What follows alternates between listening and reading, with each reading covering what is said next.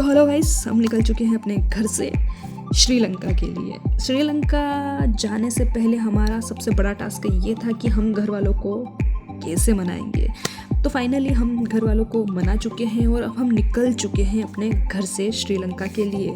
श्रीलंका की दूरी हमारे यहाँ से 3200 किलोमीटर के समथिंग है। तो चलो गाइस, चलते हैं श्रीलंका। तो फाइनली हम पहुंच चुके हैं श्रीलंका में और ये दूर से ऐसा लगता है जैसे कि कोई पहाड़ हो, लेकिन ये कोई पहाड़ नहीं है। ये है दशानन की सोने की लंका। बचपन से ही हम सब कहानियाँ सुनते आए हैं कि सोने की लंका हुआ करती थी जिसको हनुमान जी ने पूरा जला दिया था। नानी जी की ऐसी कहानियाँ सुनते सुनाते हम भी पहुँचे हैं आज श्रीलंका में वो महल देखने, जो आज पूरी तरह से जल चुका है। लेकिन देखते हैं कि आज उसकी क्या स्थिति है।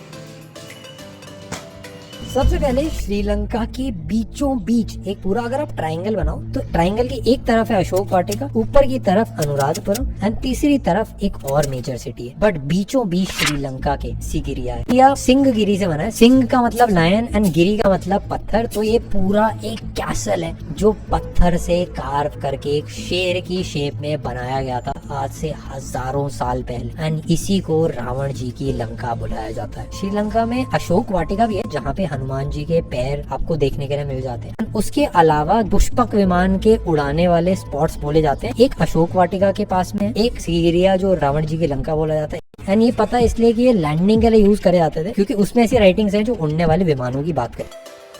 तो फाइनली हम पहुंच चुके हैं लायंस रॉक। श्रीलंका में इसको लायंस रॉक बोलते हैं, लेकिन हम इसको रावण का महल भी कह सकते हैं। तो ये देखो, ऐसा लग रहा है ना जैसे कि किसी मकान की नींव रखी गई हो। चारों तरफ पानी भरा है, हरा भरा। वाह, मतलब ये चीज़ माननी पड़ेगी कि श्रीलंका एक ब्यूटीफुल जगह है। यहाँ पर चारों तरफ हरियाली देखने को मिलती है। बहुत ही प्यारी जगह है।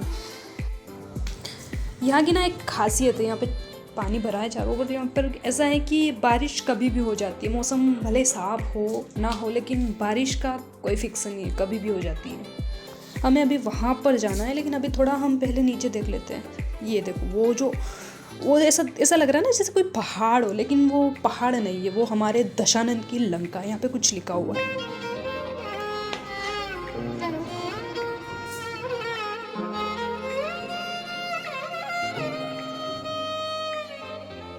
गाइस, आप यहाँ पे देख सकते हैं कि ये आई थिंक, मुझे लगता है कि ये पानी वगैरह का कुछ हो सकता है। ये पूरा रूम जैसा है और इसमें भी है। आई थिंक ये पानी का ही हो सकता है क्योंकि ये देखो, इसके पास वाले में भी है, इधर इसमें, मतलब ये सारे में है, मतलब ये पानी का ही हो सकता है। मुझे लगता है ऐसा। अगर आपको पता हो तो आप कमेंट्स में बता सकते हो कि ये क्या चीज़ है। बाकी मेरे को पानी का लग रहा है। और वाह, ये क्या लिखा हुआ है? यहाँ पे लिखा है द वाटर गार्डन, मतलब ये पानी का ही हो सकता है। वाह, क्या बढ़िया जगह है यार।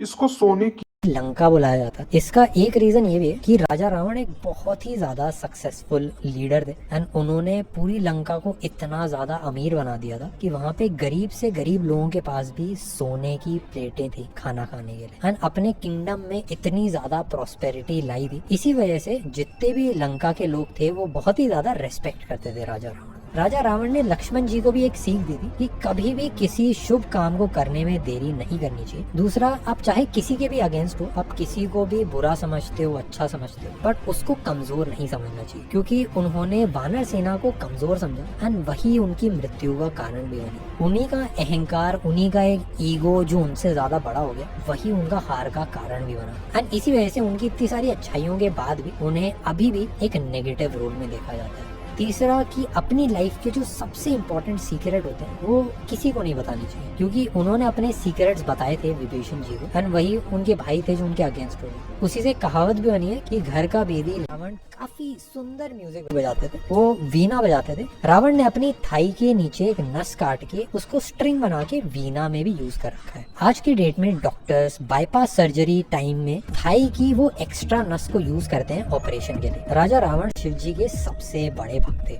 ऐसा बोला जाता है कि उनसे बड़ा शिव भक्त अभी तक नहीं पैदा हुआ। उन्होंने अपनी लाइफ में भक्त भक्ति, डिवोशन, इन सारी चीजों को बहुत ही ज्यादा सीरियसली लिया। वो एक बहुत ही अच्छे पोएट थे। उन्होंने शिव तांडव स्तोत्रम पूरा लिखा हुआ है और वो गा के भी सुनाते थे। वो अपनी बहन से भी काफी प्यार करते थे एंड उन्हीं के रिस्पेक्ट के लिए श्री राम जी से भी लड़ने वो गए।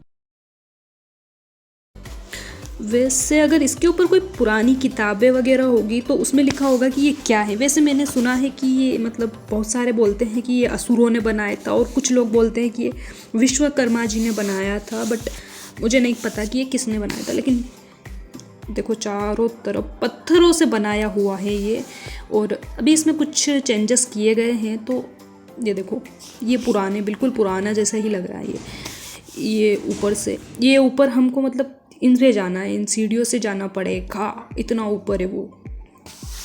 तो वैसे रावण के पास तो पुष्पक विमान था तो वो तो चला जाता था, लेकिन हमको तो चल के ही जाना पड़ेगा। लेकिन चारों तरफ देखो, वहाँ ऊपर ऊपर ऊपर ऊपर ऊपर ऊपर, इससे स्टार्ट करना पड़ेगा हमको। यहाँ से ये सीढ़ियाँ हैं और यहाँ से हमको चढ़ना है ऊपर। मैं तो इसको देख के ही चक्कर आ रहे हैं मेरे को, इतना ऊपर मैं कब जाऊँगी। देखो गाइस,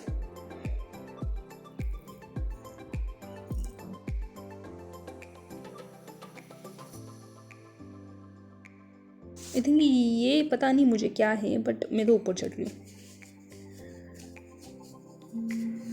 मतलब एक बहुत सारी कहानियाँ हैं रावण के ऊपर, बट हमको नहीं पता इतना कुछ, तो हम बता नहीं सकते। लेकिन ये देखो गाइस, वाह। तो हम ऊपर पहुंच चुके हैं और ऊपर देखिए गाइस, ये ना मुझे लगता है कि वो जो राक्षसी थी जिसको हनुमान जी ने, जिसका वध करके ना वो लंका के अंदर गए थे, वो लंका की रक्षा करने के लिए जो राक्षसनी थी ना, उसके पाँव हो सकते हैं। लेकिन इसके ऊपर भी एक कहानी है। रावण एक पंडित थे एंड उनकी माँ राक्षसी थी, तो डिवोशन उनको अपने फादर से मिला एंड ये राक्षसी शक्तियाँ उनको अपनी मदर से। काफी लोग ये भी बोलते हैं कि उनकी स्किन रेप्टाइल्स के जैसी थी एंड उनके अंदर कुछ रेप्टिलियन फीचर्स भी थे एंड हो सकता है इसीलिए इस महल का मिश्रण एक शेर और रेप्टिलियन पैर है। तो फाइनली हम इसे तो देख लिया है, अब ऊपर की तरफ चलते हैं। वैसे मुझे इनके नाखूनों से भी डर लग रहा है, इतने बड़े बड़े और खुखारे। तो हम ऊपर चलते हैं। ये देखो, ऐसा लग रहा है ना जैसे कि मतलब ज़्यादा पुराना नहीं है, ये ईंटों से बना हुआ है। मतलब ज़्यादा पुराना तो नहीं हो सकता। कहते हैं 5000 साल पुराना महल है ये, पर ईंटों को देख के नहीं लगता कि इतना पुराना हो सकता है। लेकिन ये देखो, पूरा मतलब जंगल के बीचों बीच बना हुआ है ये सामने एक झील दिख रही है, मुझे उसका नाम नहीं पता, तो मैं उसके बारे में कुछ भी नहीं बताऊंगी। और ये है पहाड़। ये देखो, ये जो छोटी छोटी सी दिख रही है ना सीढ़ियाँ, पहले इनसे चढ़ा जाता था ऊपर। ये जो दूसरी सीढ़ियाँ है अब बनी है, देखो ये वाली, ये अब बनी हुई है। तो पहले के जो टाइम था उस टाइम हमें इस साइड वाले से होके ही जाना पड़ता था, लेकिन अब इससे जाएंगे हम। तो फाइनली हम ऊपर पहुंचने वाले हैं और हम पहुंच चुके हैं ऊपर। तो इस साइड से देखो, ये बिल्कुल कोना आ गया है। मुझे लगता है कि नीचे की तरफ से अगर कोई हमला करे, आक्रमण हो, तो उसके लिए महल से ऊपर से यहाँ से देखते होंगे कि कोई आक्रमण ना करते। ये पता नहीं कौन सा क्या गड्ढा बना रखा है इन्होंने, मतलब लंकापति जी पता नहीं क्या क्या बना देते थे। यहाँ पे बनी हुई है कुछ सीढ़ियाँ, हमको थोड़ा और ऊपर चढ़ना पड़ेगा। लेकिन ये देखो ईंटों से बनी हुई है, लेकिन ये ईंटें कुछ अलग हैं, मतलब पुरानी ही है। ये पूरा महल ईंटों से ही बना हुआ है, ऊपर पत्थर के अंदर कुछ बनाया है। लेकिन एक क्वेश्चन मन में आता है कि इतना सामान, इतना सब कुछ ऊपर लेके कैसे आए होंगे ये, क्योंकि हमारी तो चढ़ने में ही हालत बिगड़ गई है। तो भैया ये इतने सामान कैसे लाए होंगे। मतलब जितना आज के टाइम तो थोड़ा बहुत भी चलो कुछ जुगाड़ हो जाता है, लेकिन पहले के ज़माने में कुछ भी साधन नहीं थे, तो इतना ऊपर लाना इम्पॉसिबल है यार। तो हम यहाँ से देखते हैं, एक बार नीचे की तरफ देखते हैं। बट कुछ भी बोलो यार, मतलब क्या ही है, क्या बनाया यार महल। इतना ऊपर पहले के टाइम पे कैसे चढ़ते थे लोग। यहाँ पे तालाब, मतलब मेरे हिसाब से ना, ये जो कहते हैं ना लोग कि उसने स्विमिंग पूल बना रखा था, वो रावण के नहाने का स्विमिंग पूल हो सकता है। और ये पूरी तरफ देख लो एक बार, उसके बाद नीचे चलते हैं।